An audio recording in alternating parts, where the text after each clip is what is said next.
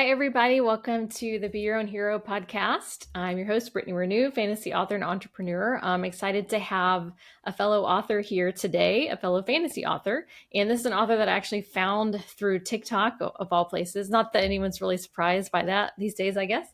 So I'm happy to have Gabriel Gates on. He is a prolific author, really. I found him through his Luck God series, which we'll definitely talk about, but he does have a new book coming out titled Dragons and Aces under the pen name J.G. Gates. It is a spicy romantasy series, and it's currently available on Amazon for pre-order. So welcome, Jay. Thanks for coming. Thanks for having me. I'm excited to chat with you. Yeah. Well, as I said, I found you on TikTok, and I loved the premise of the Luck God series. Just like such a cool original idea. And I'll hold them up for everyone because I just like fell down the rabbit hole with all four books. It's so good. I love it. I appreciate that. Yeah, for sure. So yeah, I'd love to hear just a little bit about your backstory and how you got into writing. Yeah, sure. So I've been writing for a long time, like a lot of authors. I grew up writing. I had my little dare folder with 10 chapters of a novel in it when I was in like fourth grade or whatever. So kind of always knew I wanted to do writing. And I took a little bit of a turn into theater and the acting world for a while. So my undergrad degree was in theater.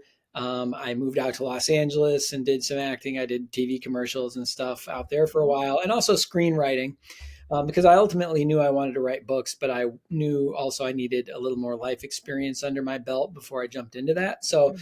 Um, so I did the acting thing, I did the screenwriting thing, and then I wrote my first book, and I wrote a couple books before I got any of them published, but I did get a traditional publishing deal for a YA urban fantasy series called The Tracks, and the first book of that series came out in like 2011. I'm going to date myself a little bit, 2011, so back in the day. So that series came out, and then I pitched my YA horror book, The Sleepwalkers, to that same publisher. They liked it. They published it. I pitched an adult dystopian science fiction novel, Blood Zero Sky, to them. They published that as well. And then after that, I parted ways with them and was sort of in the woods for a bit. I signed with a agent at a big agency. She pitched a book of mine around to all the publishing houses. Didn't get picked up, wasn't a fit. It was YA horror. And at that time, people were like, oh, YA horror is tough genre, blah, blah, blah. So it didn't really work out. I wrote some other books, did some, I parted ways with that agent, kind of just floated around, right? Like querying different agents and, Yeah. trying to figure out my way back to publication and also what I wanted to write, because I wrote a variety of different stuff as well in that time. And then ultimately I got around to writing Girl of Hearts, which was book one of the Luck Gods books. And by that point, finally, I had reached the point where, when I first was published, I had sort of like I call it the Hemingway delusion, right? I just wanted to, be in a cabin and just write beautiful books and then just, send them off to somebody in New York who would say I was brilliant and, put it in front of the whole world and send me lots of money in exchange and keep doing that forever. And I didn't want to do anything else, right? I knew I didn't want to learn marketing. I didn't want to mess with that. I didn't want to learn any of the things, of really the publishing like business of selling a book. I just wanted to write. Well, in the ensuing time, I came around to the idea of, like maybe I should just start my own publishing company and just start publishing my own stuff, Yeah. And so ultimately that's what I did. I started a company called Steed Publishing, and and I published Girl of Hearts was the first. That's the first book of the Luck God series. That was the first one I published myself, Mm-hmm. and then kind of have gone on from there. I published the whole Luck God series, which was 4 books plus a novella. Mm-hmm. And I have Dragons and Aces coming out. I published The Lamplighters, which is back here, which Oh, is yeah. a Mm-hmm. for anyone who can see, who's not just on the audio podcast. Yeah. The Lamplighters is a middle grade fantasy book, sort of for people who like kind of nostalgic classic fantasy like Chronicles of Narnia or Golden Compass, things like that. Yeah. Very cool. So I published that one myself as well and was just sort of off to the races. And what I've discovered is I really enjoy not only the writing part still, but I also enjoy being a publisher. I enjoy formatting the books. I enjoy the design elements of it. I enjoy the marketing aspects of it, although I'm not as good at that, but I'm still trying to learn. Hey, I mean, I did find you on social media, so you're doing something right. Yeah, right. I mean, I enjoy TikTok. Like I've learned that that's been an amazing thing. And TikTok is interesting because um, having had the experience of being traditionally published and doing like Barnes and Noble signings and things like that, which Mhm. were a lot of fun. But to contrast, spending 4 hours sitting in a Barnes and Noble, just kind of like waving at people who walk by and being like, "Hey, have you seen my books?" Yeah. Compare that to taking where maybe you might talk to 150 people who walk by. Compare that to taking 5 minutes to make a TikTok video that may go out to 300 people, it may go out to 1,000 people, it may go Yeah. out to 10,000 people, right? And You that never know. little that you never know with that video you made. So um, to me, I feel like I really especially appreciate um, TikTok and its ability to build community, having had that experience, Mhm. of Yeah. not having that avenue available. Yeah, absolutely. Yeah. I know. I totally agree with that. And it's, of course, it's so cool to be at a book signing and like interact with readers, but it is a very interesting dynamic to post a little random video that you make and it could just go all over the place and you're meeting people from who knows where. It's a very strange thing sometimes. Yeah. Oh, it really is. And I made, so it was like around the time that I had made the decision that I was going to put out Girl of Hearts myself. And I was seeing authors talk about TikTok and how it was, I wasn't on TikTok or anything. I hadn't even looked at it really. I'd heard of it, and people were like, oh yeah, TikTok is great for authors, but I just don't want to be on camera, they're saying. And I'm thinking, I used to be an actor. Like, I don't Mhm. mind being on camera. I'm a Yeah. big ham. I don't care at all. So I was like, maybe this is a fit for me. It's fine for me to be on camera. So, Yeah. yeah, so I got into it, and it is definitely my favorite social media. Like because a video is fun. You can make a little story out of it. You can make Mhm. it. It's just much more dynamic. Like Twitter or X or whatever. I was never good at. You'd think as a writer I'd be good at it, but like to make a 2 sentence thing that's like really like a zinger, to make people like, oh God, I got to comment on that or I got to like that. Yeah. It's hard for me. It's much easier for me to make a video. I mean, you can make a like little movie in 45 seconds. It's interesting to me, Yeah. but I'm better at Yeah. that. So I totally get that.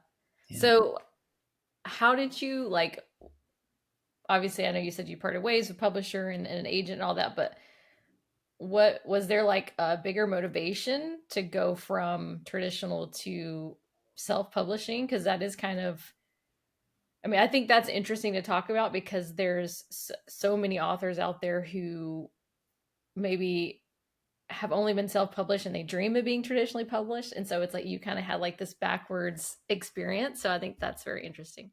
Yeah, and so I was traditionally published by a company called HCI Books. They're a mid-sized publisher. They originally published the Chicken Soup for the Soul books. And Oh. at the time that I got my book deal with them, it was really weird. Like I actually probably one of the only people to get a traditional publishing deal having not written the books yet. So I'd written a couple books, Oh. and then it's a long story, but I had a woman that I was working with pitching TV shows, and she had a track record of being published before. And there was this TV show idea that she and I had worked on together that was originally my idea, and we were going to pitch it together. And she but we like didn't get a chance to do all the pitching. She moved away. She moved to Florida. She had a meeting with this publisher, HCI Books, and they were at the time big in self-help books, but it was the time when like Twilight was big and everything. So they're like, Yeah. we need to come up with some YA books. And she had a meeting with them. She's like, I could give you some YA books. She's like, I got, and so she pitched them this idea, like, oh, there's this young guy I was working with. He's got this great idea, like, and she pitched it to them, like, we could write it together, me and him. And so they're like, and so she tells me, oh, I pitched this series to them, like, is that okay? I was like, sure. I didn't think anything was going to come out of it at all. And then like, lo and behold, like they offer us a contract to write this thing. And so I was like, okay. So, and it was like a teen drama with kung fu and fallen angels and star-crossed love and all kinds of stuff in this small town. Um, and so it was in this weird position of like, I had a book contract, it never been published before. had never co-written before. So then and so the Yeah. one thing I said was like, all right, it was my idea. So I'd like to be the one to write the first draft of everything. So we did that. I mean, I would write the first draft and send it to her. She would revise it, send it back to me. Yeah. And so ended up writing a trilogy that way. And that's how that came about. That's very Um, interesting. yeah, so it was interesting, but like as that arc, and then I had those other two books published through them as well. But as it got toward the end of that time, it became evident that, I mean, they were wonderful people. I love having had the experience of doing that with them, but like they were not a fiction publisher. Like they Mm-hmm. were dipping their toe into fiction. And they had all the distribution channels and all the connections and stuff like that, but just fiction was not their Yeah. wheelhouse. So it became apparent to me like, I'm a fiction author. This is probably not the best home for me. Yeah. And Makes so, sense. yeah, so that's when I went out and found an agent and all that kind of stuff. And then, and then that just, again, I found an agent at a big agency. That was great. But it like when that book got pitched, it just didn't fit. Right. There was even like, it went to committee at one place that they were like, oh, we love this, but we already have a book in this season that we just bought that's a little bit too similar, so they pass on it. And it's funny, people talk about rejections in publishing, Mm. but like there's so many things that as a writer you look at and you're like, oh, this is the top of the mountain. It's like, oh, if I get a great agent, that's the top of the mountain, right? It's all over then, it's like to the stars. But there are so many things, and people also say like, oh, J.K. Rowling's, or Yeah. Harry Potter got rejected by 10 publishers or whatever. It's like, come on, listen, I get 10 rejections before breakfast when I was like in the traditional publishing world. Someday I'm going to do a video and I'm going to have scrolling behind me like all the different like agents and publishers I was rejected by over the years. It's going to be like a 10-minute video. Yeah. Just going to keep Word. scrolling. It's going to keep going and going, you That's a know. great idea. But yeah, but like, at a certain point I was just like, I'm just tired of asking permission, and you Mhm. realize when you're in that video, those businesses, whether it's, film or publishing or whatever, there's so much like group think that happens. Yep. It's like a Yep. game of telephone, really. Like you have editors trying to guess what readers want, and then you Yep. have agents trying to guess what editors want, and Yep.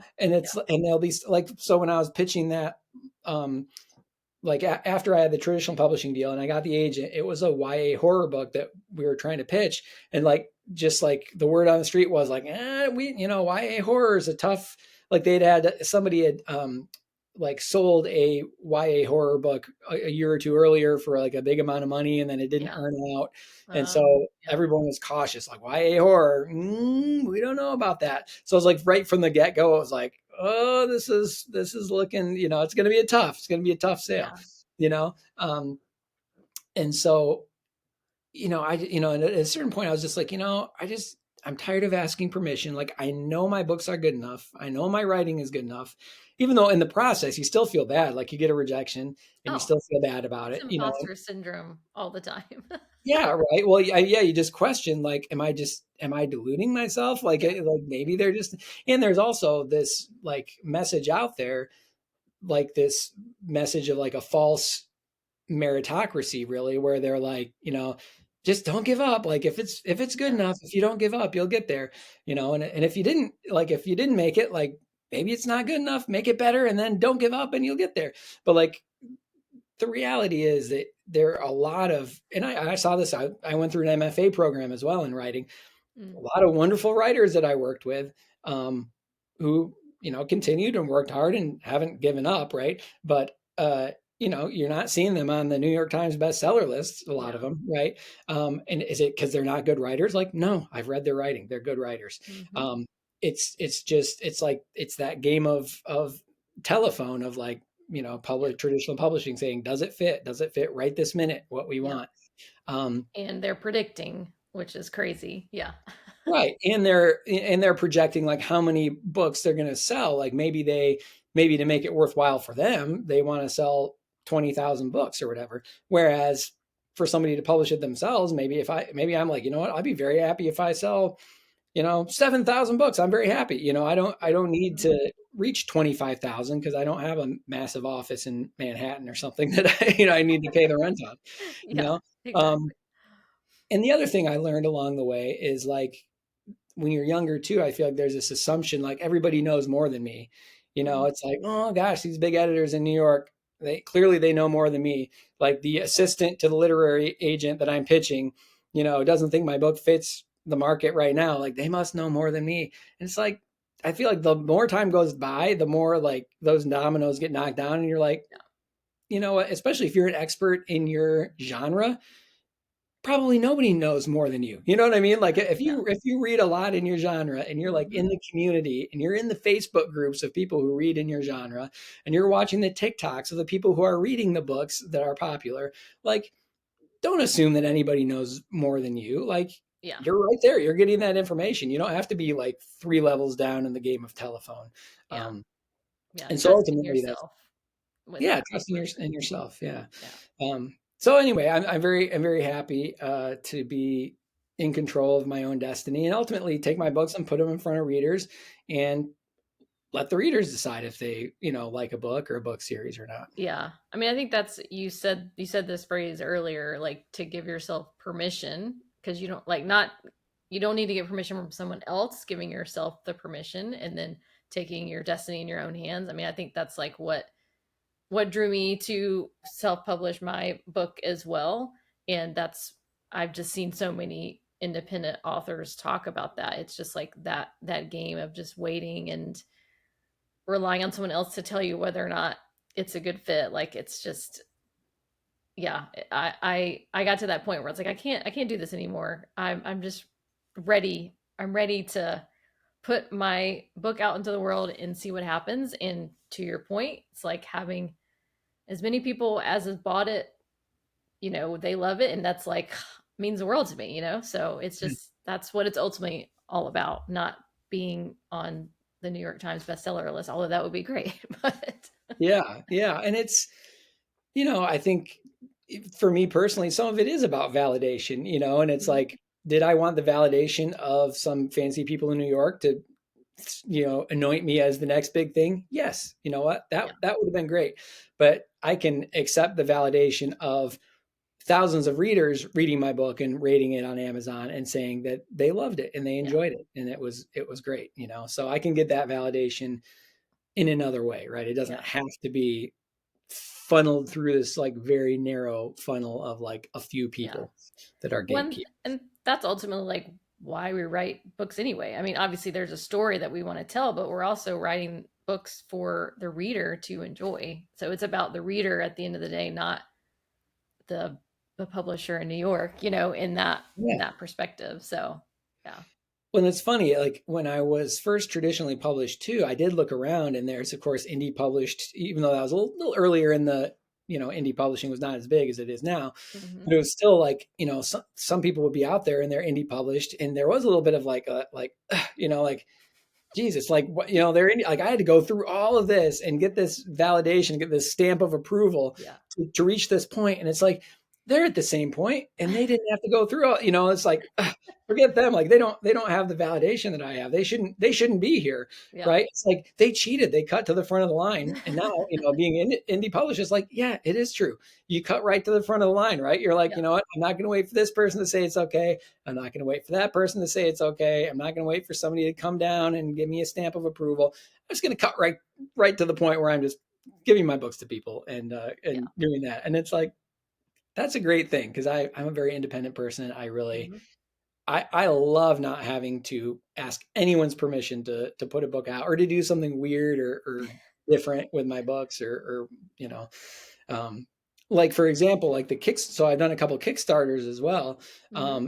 and people who are watching visually will be able to see this. For those who don't, I can describe it. But so for my Luck Gods Kickstarters, I don't know if you saw these, but like I did these Kickstarter books, and That's you'll cool. if you can see it, it's a like character illustration with like it's a queen, so Q with the Hmm. like playing card, and it has another character illustration on the back, but it has no title, has no um, author name or anything. And these were the limited edition books that I sold on Kickstarter for my Luck God series. So like very different, Yeah, like very cool. again, it's never going to be in a bookstore, so it doesn't have to have anything written on it. Inside the inside flap is the name and stuff. But like again, I didn't have to ask a publisher like, oh, do you think this would work? And I didn't have to run it through a marketing department to be like, I don't think that'll work. Like people won't really like that. I just had an idea, and I'm like, I think this will be cool, and people will Yeah, like it. It's like I just did it. yeah. People did like it, so Yes, I'm sure. I mean, everyone loves art. That's yeah. amazing. Very cool. Well, so speaking of your Luck God series, because that's what I have read, something that I loved from reading, like right when I read the first book, something that jumped out at me that I loved was the mental health representation that's in the book for the main character, and also the science nerd stuff, because I mean I'm a big nerd. I mean I'm not as good at science, but I Me consider neither. myself, yeah, I consider myself a nerd. So like I so appreciated those two things in particular, and I was just curious, like what what inspired you to write that into the series? You know, it's interesting. Like, so she has OCD, right? Which I do not have OCD, and she's like a basically science genius, or like very, very Yeah, smart at science, yeah. which I am not either. Okay, interesting. Yeah. So like, my wife is very good at science. She's a doctor, so I guess a little bit of that could be plucked Hmm. from her as a person, but it was just honestly what it needed to be from the character, and like sort of from the beginning in the first draft she was very good at science because her as part of the story her mom's a Hmm. scientist, and she's like following that path, right? That's just like what she loves. The OCD portion came a little bit later, as a, I don't even know, second, third, fourth draft or something. Hmm. um, it became a part of her character, and that sort of arose in the context of the the way that the magic system is. So it's a magic system based on the four card suits and based on luck. And it's kind of interesting because Aggie, the main character, doesn't believe in luck, right? In the beginning, she's a scientist. It's like Yeah, luck is not a thing. There's probability, there are, it's a good very, juxtaposition there for sure. yeah. So there's that, but at the same time, OCD is very much about control, right? Like she wants to Hmm. control everything. She wants to um, have everything in its place. She wants to, she does like counting, like little rituals with her fingers and stuff to just try to alleviate anxiety and try to control everything. And so there's that's interesting tension between her natural compulsion to try and control Yeah. everything, and luck and luck magic, which is like, even when you're using the magic, like you can use it to nudge things in a certain way. Like if you have a lot of magic, you can nudge a lot of good luck magic. You can nudge things to go maybe in a good way for you or Hmm. whatever, in a bad way for somebody you don't like. Um, but I don't know. There was just, it was like a There's still only fertile so much place. control there, even with that. So yeah, Right, exactly. So it's about for her control versus like anxiety and being out of yeah, control. So I think that's the way that where that arose. and like learning to let go, and you know, obviously that's like a huge part of the journey. She goes on through the whole book, Yeah. trusting herself and all that stuff. Um, I just thought about it. I don't know if I. Oh, I think I did dog ear it. Because like I've had a history of anxiety, and so that, and I'm like, you know, so far ahead of that now. It's amazing. I'm really proud of myself for the hard work I put in with that. But I always, if I see anything that has an anxiety, like, representation in it, I always like perk up. It's like, okay, yeah, I know how that feels. It may not make sense for me to read it, but let's see here. She says, um, what if a piece of space debris re-enters the Earth's atmosphere and crashes down on us? What if? I shook my head. It's like the what ifs are a string. You keep pulling it and everything unravels, but I can't stop pulling. Then in my mind, I'm trying to frantically knit the world back together when I'm the one simultaneously unraveling it. And I read that, I was like, oh my God, that is like the epitome of what it feels like to have anxiety. Oh, good. Yeah, I mean, I'm not good that you've experienced that, but so good that that it resonated Yeah. for you, Yeah. and that it fit. And I think that's been one of the most like gratifying things about this book too, was to hear how people related to and appreciated Aggie as a character, even though she's female. I am not female. She experiences OCD. I do not experience OCD, Yeah. but the fact that that resonated with people is amazing. So I love to ask this question for like any other writers out there. What and you've published a lot of books at this point. So, what do you do to like keep the creative juices flowing? Like if you're feeling stuck, how do you get unstuck? The number one thing I do that helps with that is just outlining my books. And it took me a little while to arrive at that. At first, I was more of a pantser, writing by the seat of my pants without an outline. Um, and through a series of rather painful experiences, that's how I arrived at becoming more of an outliner. Writing 100 pages in the wrong direction, and then like, oops, we got to scrap those 100 pages and start again or whatever. Things like that can really just like destroy your progress. But also, I did ghostwriting and editing for a number of years for a couple Oh. of different ghostwriting companies. And as a part of that experience, what I found at one point was um, the company required, before you started writing for your ghostwriting clients, you'd have to write a really super detailed outline, right? And the Mm-hmm. client would have to approve this very detailed outline before you could proceed to the writing portion of Yeah. it.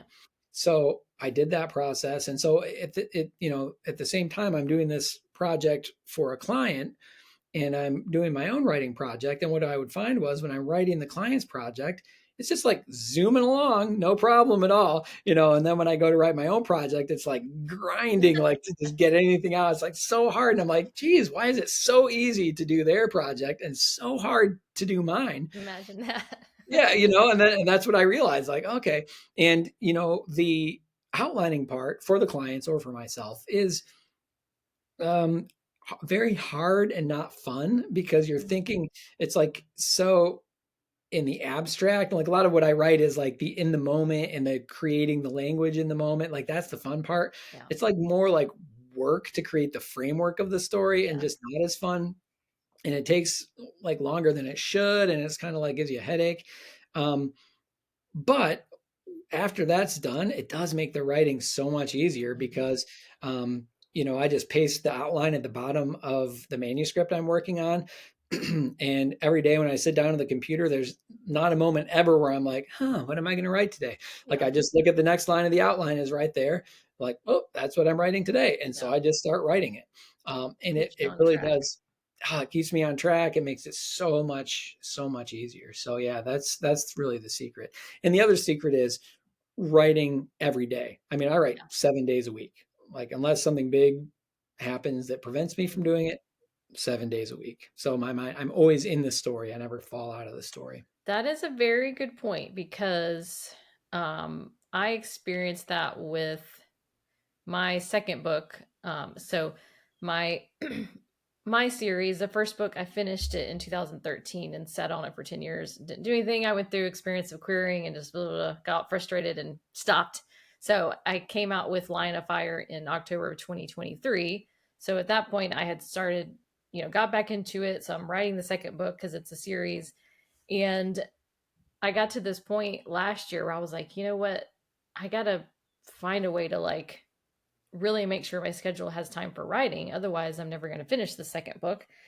But what I found, which I didn't realize this, but what I found was when I did commit to writing every day, even if it was for a little bit, it flowed so much better. And it's just like your brain just is constantly starts thinking, like even when you're not writing, my brain was just thinking about all these different things. And I would like solve a plot hole and be like, oh my God, let me go run to the computer and write this down. Mhm. So I can attest to that. Like just writing every day, just being in it, it just helps your brain just like work through all those little details so that the words are flowing better later.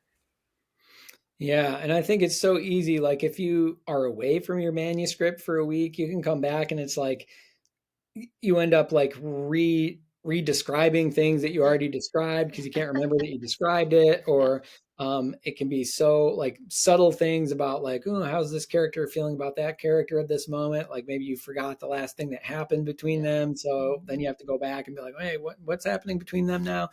Um, I think of it like weaving, right? Like if you're weaving fabric together and you have Mhm. all these different strands, like as long as they're still in your hands, it's easy to continue weaving. But if you like put them all down and walk away and come back to it and pick them up again, it's like it's just much harder to like continue that pattern that you Yeah. were creating. So, Yeah.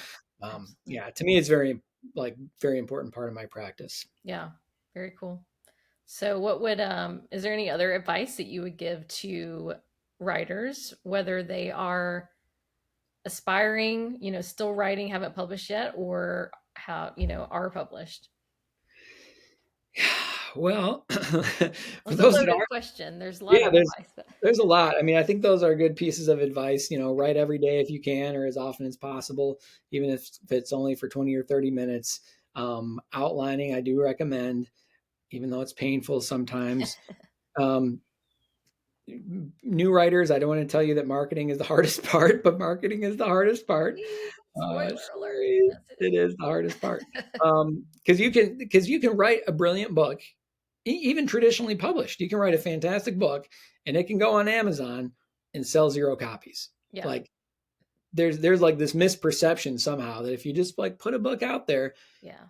people are going to find it and read. And you see once in a while authors like, I put my book up, like how come nobody's buying it? It's like, well, what are you doing to make people aware of it? Because you have to do that. There's Yeah. millions and millions of books on Amazon, or Barnes and Noble or any of those things, and like you have to have a plan. And as time goes on, I try to be more and more sophisticated about what I'm doing to do that, because ultimately you owe it to your books, right? You spent however much, 6 months or a year or something working on this book. Yeah. um, you owe it to that book and to yourself and to the time that you put into it to find a way, right? To find a way to get it into people's hands, especially if you Yeah. believe in it, and hopefully you do. So, um, Yeah. yeah. And then the other thing is just learning. Like when I first began, I was like, it was really weird. Like I was scared that if I learned too much about certain things, then it would be like I was like lost down that pathway. And I Yeah. think it maybe came from just like, growing up a middle class, working class person and being afraid that like I would not be able to live a creative life. Like Yeah. if it was like if I learned too much, like if I learned how to lay bricks, I'm going to become a bricklayer instead of a instead of an author, Yeah. No, I um, could totally or, understand what you mean. Yeah. yeah, or like if I learn how to make my own website, then I'm going to be a web designer. I'm never going to like write my books. So, but as time has gone on, I've learned, like one of the greatest abilities that I have now, aside from writing and editing itself, is like graphic design.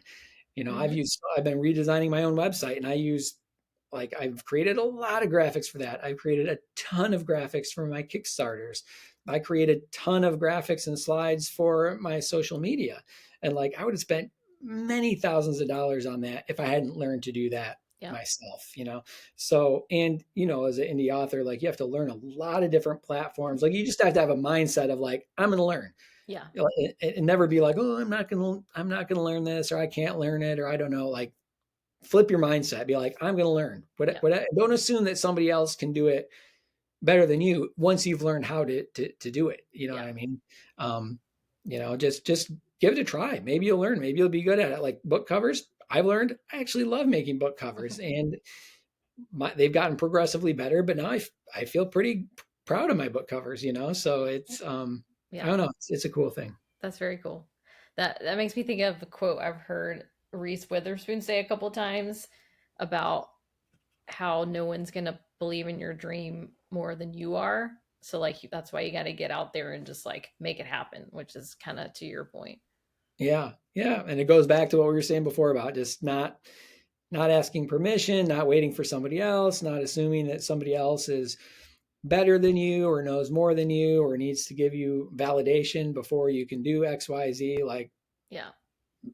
just do it, just give it a try. If it doesn't work out, then you can hire somebody or seek, somebody else Yeah. to help you. But Yeah, definitely. Uh, So tell us about future book ideas, which you have. So the Dragons and Aces is a series, planned series, right? Yeah, Yeah. that's my next big thing that's coming Okay. out, and I just wrapped up a Kickstarter for that. They raised almost $15,000 and had Woohoo! 200 supporters. So yay for that! That's awesome. Um, yeah, it is an enemies to lovers romantic story about a dragon rider and a biplane pilot from enemy nations who fall in love. Right. So Okay. I yeah, like it already. yeah, it's pretty cool. It's and it's my first like book with some spice. So again, it is like my other books are J. Gabriel Gates is the pen name. This one is JG Gates because it does have a little bit of spice. So to differentiate it, Mhm. but all my stuff is on my website jgabrielgates.net. So people could check it out there. And the ebook for that is available on pre-order right now. And whenever people listen to this, probably the paperback will be coming out soon. Um, yeah, so I'm really excited about this one. Yeah, that sounds. Oh, I mean, dragons, anything. I think people love. I have a dragon in my book, so I'm a sucker for dragons. Hey, you gotta love dragons, right? I Yeah. know, right? Cool. Well, this was it was really fun having you on. I mean, I like I said, found you online and fell in love with your Luck God series. So I personally, selfishly enjoy talking to you about all this, but I think that anyone who's listening or watching that is an author or a reader would appreciate, what you had to say and just diving into your journey. I mean, everyone's journey is different, and I think we can always like just find something there to bring into our own experience and help better ourselves. And that's kind of my goal for this podcast. So I appreciate you sharing your experience and everything with us. Oh yeah, absolutely. Thank you for having me. I had a blast. Yeah. Cool. Well, thanks everybody for watching and listening. Before I go, you mentioned your website. Any other place for people to connect with you? Yeah, the website's jgabrielgates.net. And you can find me a lot on TikTok, Facebook, Instagram, uh, Blue Sky, any of those wherever you hang out, I'm probably on there. So yeah, just search me up. Awesome. Cool. Well, thank you, Jay. I appreciate it. Thank And you. thanks everybody again. And we'll catch you next time. Bye. Bye.